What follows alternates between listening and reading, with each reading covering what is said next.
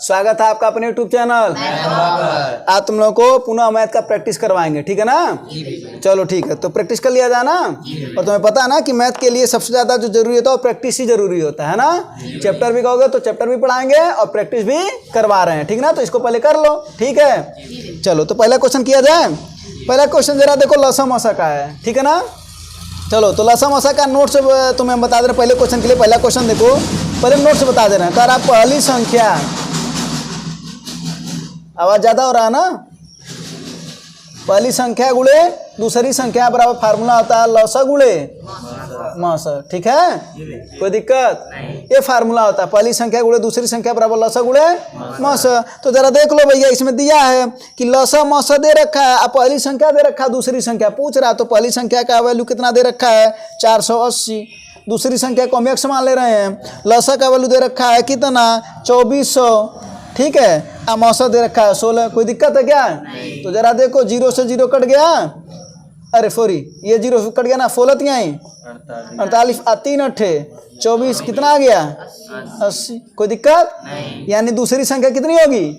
80 होगी। तो फार्मूले को नोट कर लेना, पहली संख्या गुणे दूसरी संख्या बराबर लसा गुणे, ठीक है? चलो कोई दिक्कत? बस तो प्रैक्टिस ऐसे ही करना है, ठीक है ना? अगला सवाल देखा जाए। जरा देखो, अगला सवाल भी लसा मसा का और बड़ा इंपॉर्टेंट सवाल है और ये तुम्हारी परीक्षा में पूछा भी जाता है। जरा इसको देख लो और बताना कि तुम्हारी परीक्षा में पूछा गया सवाल है कि नहीं, और ये भी बताना कि तुम्हें आ रहा है या नहीं आ रहा। तो जरा तुम लोग बताओ, ये क्वेश्चन तुम्हें आ रहा है कि नहीं आ रहा है? क्वेश्चन देखो क्या है। लसा दे रखा है 100, लसा कितना दे रखा है? ठीक है?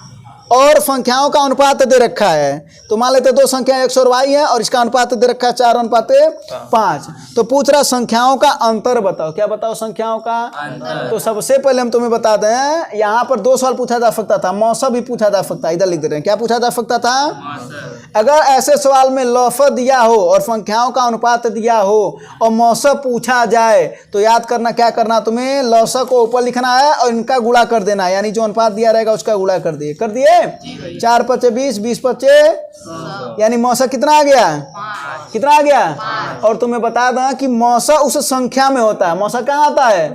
यानी पहली संख्या 4x और दूसरी संख्या कितनी है? 5x। तो 5 का जब, और वही x है, यही मौसा है, तो इसका गुणा कर दो इसमें, तो 4 5, यानी पहली संख्या कितनी आ गई? दूसरी संख्या कितनी आ गई? अब पूछ रहा है इसका अंतर बताओ। इसका अंतर कितना है? 5 का। कोनो दिक्कत? हाँ, बस ठीक है ना? और ऐसे भी बता सकते थे, मौसा यहाँ पर मौसा कितना आया था? 5 आया था। इनका अंतर कितना है? 4 और 5 का 1, तो 1 25 5 है ना? बस कोई दिक्कत है क्या? अगर मौसा भी पूछता तो ज्ञान कर लेते, ठीक है ना? हाँ, तो सवाल को लगाने का तरीका सीखो, ठीक है ना? हाँ, चलो अगला सवाल जरा देखा जाए। ये सवाल देखो, छोटा सवाल है, ठीक है ना? और इसी वजह से रेलवे ग्रुप डी में आया है। और रेलवे ग्रुप डी का भी परीक्षा आज के समय में अच्छा एग्जाम है ना? अगर एक सरकारी नौकरी मिल जाए तो कोई दिक्कत है क्या? वो कोई सा भी नौकरी रहे। हाँ, चलो तो पहला देखो, ये क्वेश्चन क्या करा 10 के छात्रों के लिए एक परीक्षा आयोजित की गई है। 96% छात्र पास हो गए। 96% क्या हो गए? पास हो गए। तो कितने फेल हो गए? 4%। क्या हो गए भैया? कुल कितने थे? 100 थे। 4 फेल हो गए। कह रहा है इसमें 50 लोग फेल हो गए, असफल हो गए। इसका मतलब 4% का है, अच्छा 50 लोग का, यानी 4 बराबर 50। अरे भाई 4% है ना फेल हुए हैं, अब 50 लोग फेल हुए हैं। तो पूछ रहा कितने छात्र उपस्थित हुए थे एग्जाम में, माने कुल कितने थे, यानी 100, यानी 4 बराबर 50। तो पूछ रहा 100 बराबर कितना? तिरछी तिरछा गुणा कर दो, यानी 100 गुणे 50/4। ये 25 बार में कट जाएगा, 25 25 125 आगे 0, यानी कितने लड़के थे टोटल? 1250। कोनो दिक्कत नहीं? आ गया ना? चलो अब अगला क्वेश्चन देख लिया जाए, ठीक है ना? अगला क्वेश्चन जरा देखो क्या है। कह रहा है क्रय मूल्य से 25% अधिक मूल्य अंकित किया जाता है और 8% की छूट देता है, तो लाभ प्रतिशत बताओ। तुम्हें बता दे, फार्मूला एक होता है a + b + ab/100, ये फार्मूला होता है, ठीक है ना? अब देखो, अधिक अंकित कर रहा ना, तो a को प्लस मानना है। क्या मानना है? a को प्लस मानना है। और क्या कर रहा? छूट दे रहा है ना, तो छूट का मतलब होता है माइनस। अरे भाई छूट तो तुम्हें मिलता है ना, नहीं मिलता है क्या? तो छूट मिलता है। तो जरा देखो क्या है, कह रहा 25, तो a का वैल्यू कितना है? 25। और क्या 8% छूट दे रहा है, तो 25 - 8, अब प्लस और माइनस का गुणा होगा तो क्या हो जाएगा? माइनस, अरे भाई ए और बी का गुणा होगा ना, तो प्लस और माइनस का गुणा होगा तो माइनस, तो कितना हो जाएगा 25 गुणे 8/100। इसी को सॉल्व कर लो। 25 के 4 दूना 25 में से 8, ये देखो पहले 8 2 10, अरे भाई माइनस माइनस तो हो जाएगा ना ये, तो 8 2 10, 25 में से 10 जा 15, यानी 15% का क्या होगा उसको लाभ होगा, क्योंकि प्लस आया है ना। तो इसको नोट कर लेना, कोई दिक्कत। तो देखो ऐसे सवाल को आसानी से लगा लिए कि नहीं लगा लिए, बोलो। हाँ, अब अगला फल देखा जाए। चलो अगला फल देख लिया जाए। अगला फल देखो काम समय का है, किसका है? हाँ, काम समय का। तो काम समय का फल को जरूर खत्म करो, ठीक ना। हाँ, कहा जाता ना कि काम को खत्म करो वरना काम तुम्हें खत्म कर देगा, ठीक है। हाँ, kill the work otherwise work is going to kill you, ठीक है। थोड़ी थोड़ी अंग्रेजी हमें भी आती है। चलो अगला क्वेश्चन देखा जाए। तो क्वेश्चन क्या है वो जरा देखो, कहाँ गया क्वेश्चन। हाँ, क्वेश्चन कह रहा है कि पी और क्यू 12 और 16 दिनों में काम को पूरा करते हैं, यानी पी है और क्यू है। पी कितने दिन में? 12 और क्यू 16 दिन में। कर अब एक साथ 4 दिन काम करते हैं तो कार्य का कितना भाग शेष रह जाता है? कोई दिक्कत नहीं भैया। पी काम कर रहा 12 दिन में, क्यू काम कर रहा 16 दिन में। सबसे पहले इसका लौसा ज्ञात कर लो। क्या ज्ञात कर लो? लौसा ज्ञात करने का सबसे बेहतरीन तरीका, जो बड़ी संख्या ना उसी का गुणा करते जाओ, 1 में 2 में 3 में 4 में 5 में। कैसे बता रहे देखो, 16 का नाम, अब 16 से तो 16 कट जाएगा, लेकिन 12 काट पाएगा क्या उसको पूर्ण रूप से? तो 2 का गुणा करो, 16 दूना 16 से तो कट जाएगा, लेकिन 12 से कटेगा क्या? 32। तो 16 तिहाई 48, 16 काट देगा कि नहीं? अब 12 यानी 48 लॉस हो गया। समझे कि नहीं? हाँ, अब देखो क्या करना है तुम्हें। 48 ये भाग देना 12 से 48 में, तो कितना आ जाएगा यहाँ पर? 4। और यहाँ पर कितना आ जाएगा? 3। और यानी पी की क्षमता कितनी है? क्यू की क्षमता कितनी है? यानी एक दिन में पी कितना काम कर रहा है? 4। क्यू कितना काम कर रहा है? 3। कोनो दिक्कत? अब कर अब ये एक साथ 4 दिन काम करते हैं। अब एक बात बताओ, एक दिन में ये 4 काम कर रहा है और एक दिन में क्यू 3 काम कर रहा है, तो एक दिन में लोग कितना काम कर रहे हैं? 7 काम। तो 4 दिन में कितना करेंगे हो? 28। 4 गुणे 7 यानी 28 काम करेंगे कि नहीं करेंगे? यानी 28 काम ये लोग कर चुके हैं। तो बचा कितना काम है? 48 कुल काम है, 28 हो चुका, तो बचा कितना? 20 काम बचा। कितने में? कुल काम कितना था? 48 में। यही पूछ रहा कितना भाग है ना। अगर वही पूछता है कि बचा हुआ काम पी कितने दिन में करेगा, तब क्या कर देते? 20/4 कर देते, 5 दिन में करता। अगर पूछा क्यू कितने दिन में करेगा, तो 20/3 कर देते, ठीक है ना। कोनो दिक्कत? हाँ, 6 से 2/3 हो जाता, 6 से 2/3 दिन में करते, है ना। लेकिन क्या पूछ रहा है? शेष काम बचाओ, बताओ क्या बताओ? तो क्या करना भैया? 20/48। अब देखो 4 बचे और 4 एक नाम 4, 4 बने 48, कितना आ गया? 5/12, यानी शेष काम कितना है? 5/12। कोनो दिक्कत? देखो 3 सवाल और बता दिए, 2 सवाल और बता दिए, एक्स्ट्रा बता दिए ना। तो प्रैक्टिस करने का यही फायदा है, ठीक है। हाँ, ये प्रैक्टिस करने का फायदा होता है। चलो अगला फल देखा जाए। हाँ, चलो अगला फल जरा देख लो। ये सवाल अच्छा वाला सवाल है, और कभी कभी थोड़ा आँख कान कहा जाता है ना, परीक्षा में खुले रखो, ठीक है। क्योंकि परीक्षाओं में अगर ऐसे सॉल्व करोगे ना, जैसे कि ये वाला फॉल जो बता रहे हैं, तो परीक्षाओं में जल्दी से सॉल्व कर सकते हो, क्योंकि तुम लोग करने लगते हो पूरा का पूरा कभी कभी कैलकुलेशन। जरा इस सवाल को देखा जाए, फिर इस पर भी बात कर लिया जाएगा, ठीक ना। सवाल है कि गणेश 14,000 रुपया एक ऋण लिया और 3 वर्षों के लिए 10% वार्षिक दर से चक्रवृद्धि ब्याज चुकाना है उसे। एक लड़का है, 10% वार्षिक ब्याज की दर से चुकाना है, 14,000 रुपया है, ठीक है ना।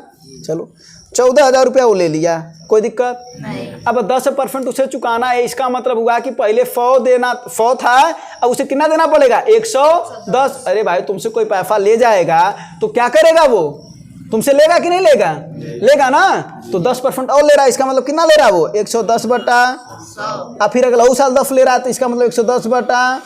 फिर अगला साल इसका ले रहा है, इसका मतलब 110/100। कोई दिक्कत, परेशानी, समस्या?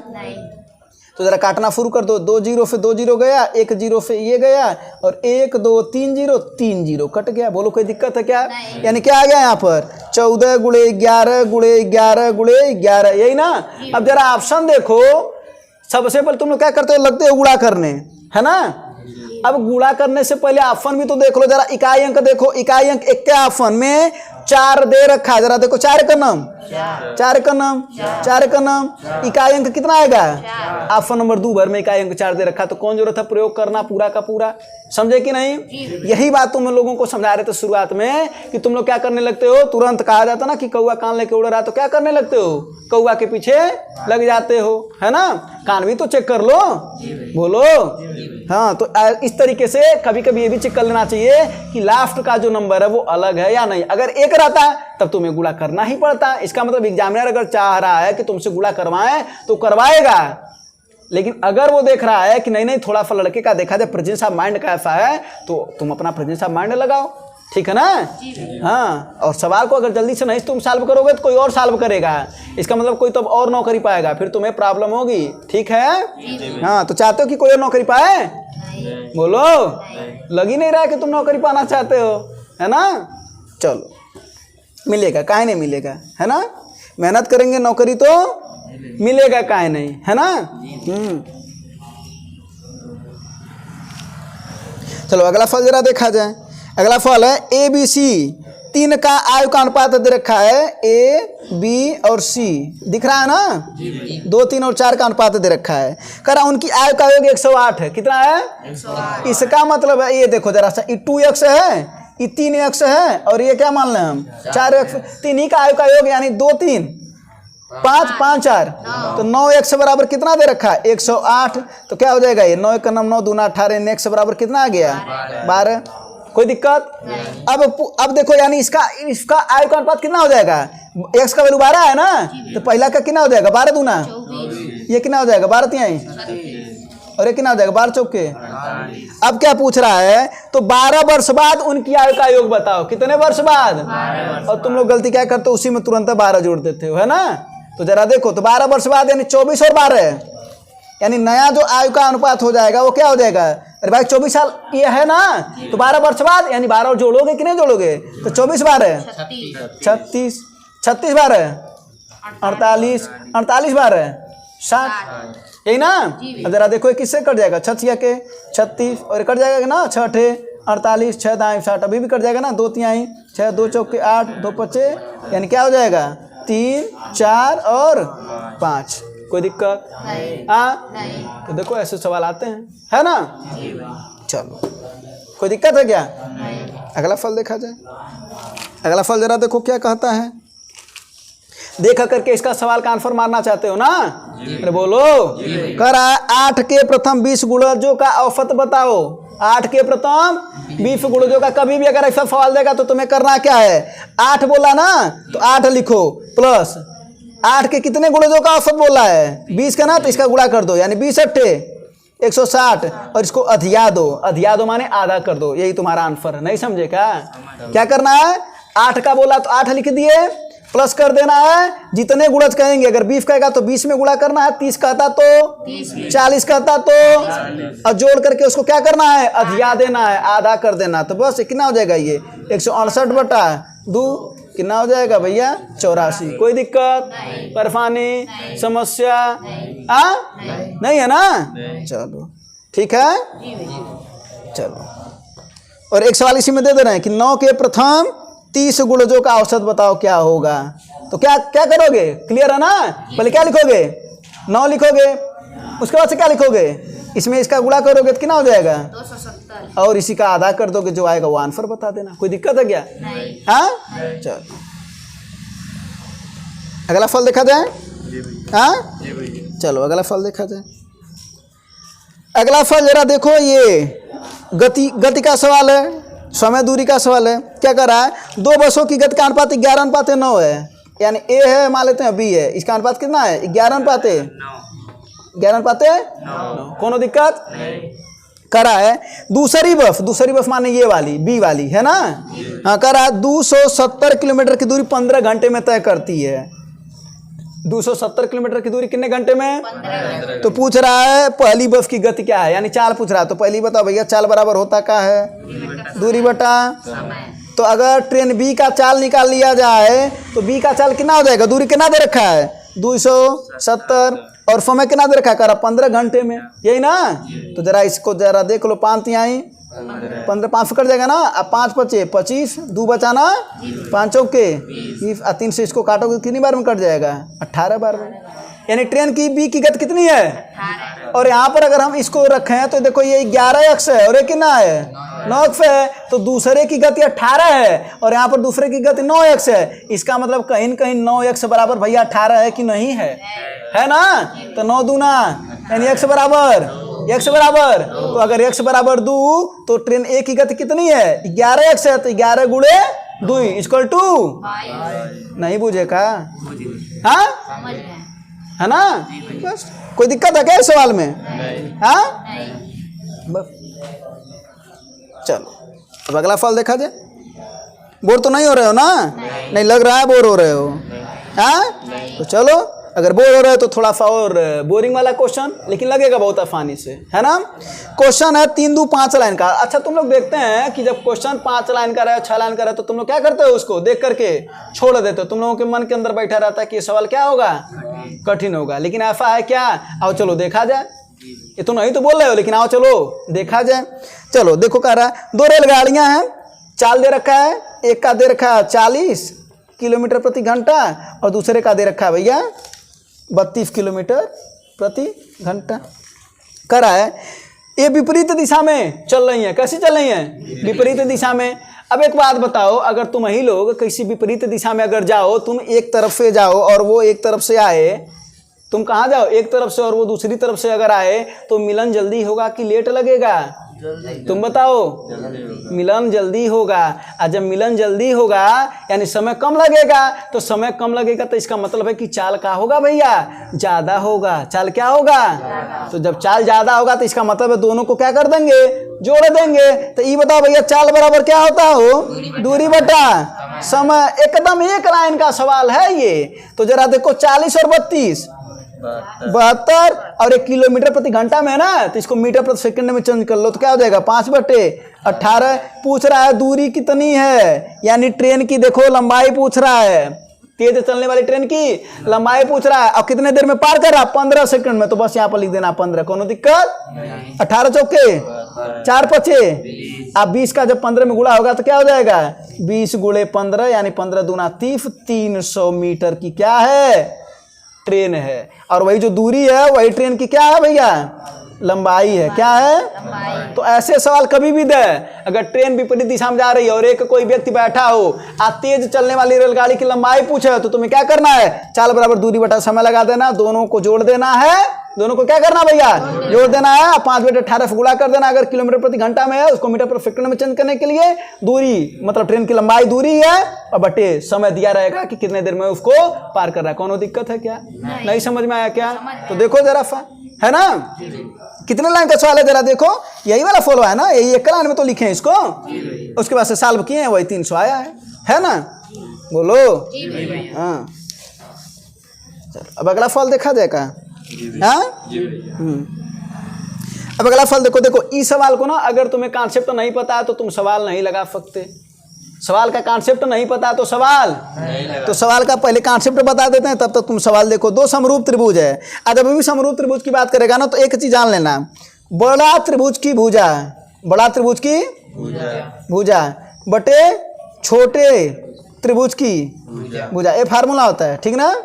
बराबर करणी में उनका क्षेत्रफल, करणी में उनका क्षेत्रफल। मान लेते हैं पहले का क्षेत्रफल a है, a1 है, दूसरे का a2 है।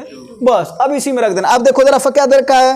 दे रखा है त्रिभुजों का क्षेत्रफल दे रखा है। तो जरा देखो करणी में हो जाएगा, पहले का दे रखा है 169 और दूसरे का दे रखा है 121। कोनो दिक्कत नहीं। फिर कह रहा है यदि बड़े त्रिभुज की सबसे बड़ी भुजा 26 हो, यानी बड़े का कितना दे रखा है 26 और छोटे का पूछ रहा, छोटे का 1 मान लो। कौन दिक्कत है क्या? अभी बता भाई आई कितना हो जाएगा? 13 बटा भाई 13 बटा 11 है ना, ये 13 दूना 26 से 1 उधर चला जाएगा, ये 11 दूना नहीं आ गया क्या? यानी छोटे त्रिभुज की भुजा कितनी है? तो ये फार्मूला नोट करके लिख लेना। फार्मूला अगर नहीं पता है तो नहीं। मेंसुरेशन में एक चीज जान लेना, चाहे वो 2D हो या 3D हो, अगर तुम्हें फार्मूला नहीं पता है तो तुम कई ऐसे सवाल हैं जिसको तुम लगा नहीं सकते। यानी मेंसुरेशन के फार्मूला तुम्हें तैयार होने बोलो चाहिए। ठीक है?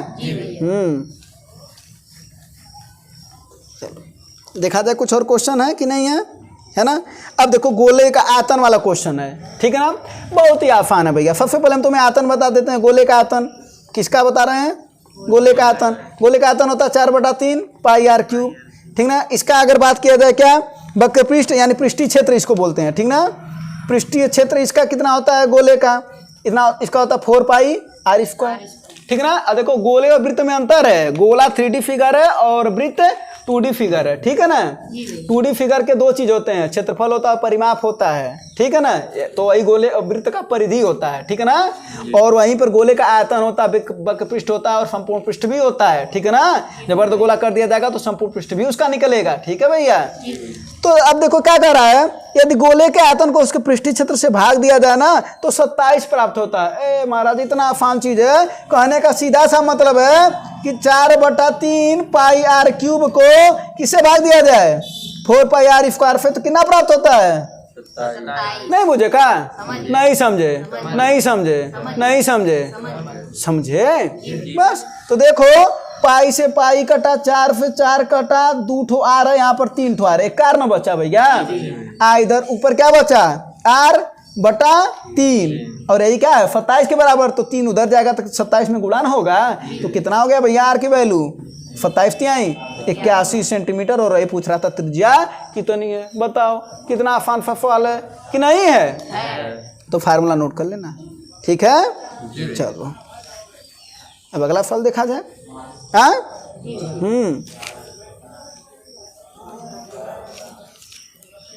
चलो तो अब अगला सवाल जरा देखो क्या कर रहा है। एक दे रखा है द्विघात समीकरण दे रखा है, द्विघात नहीं है त्रिघात है ना। ये दे रखा है समीकरण, थोड़ा सा लिख लिया जाए भैया, लिख लिया जाए ना। हाँ अब देखो सवाल तो दिख ही रहा होगा, कर रहा है इसको अगर x-2 से विभाजित किया जाए तो शेष क्या होगा। जब कक्षा 10 में रहोगे ना तब ये सवाल लगाए होगे। तो कह रहा है x-2 से विभाजित किया जाए तो शेष क्या होगा, तो x-2 बराबर कर दो 0, तो x बराबर कितना हो जाएगा भैया, ऐसी 2 को इस समीकरण में झटक दो, क्या कर दो, तो बस जो रखोगे उसका मान आ जाएगा। जरा देखो 4 गुणे 2 का क्यूब, तो 2 का क्यूब कितना होता है, माइनस 2 गुणे 2 का स्क्वायर कितना होता है, प्लस 5 गुणे 2 माइनस, यही ना। इसको सॉल्व कर लो, 8 चौके 4 दूना 5 दूना माइनस 8, कोनो दिक्कत। 32 और 10 प्लस प्लस को एक साथ, माइनस माइनस को, तो 32 10 और 8 8, तो 42 में से 16 घटाने आता है तो कितना होगा, 12 में से 6 जा 6 और 3 में से 1 जा 2 26, कितना होगा, ये ना होगा, कोई दिक्कत बस। तो इसका शेषफल कितना होगा 26।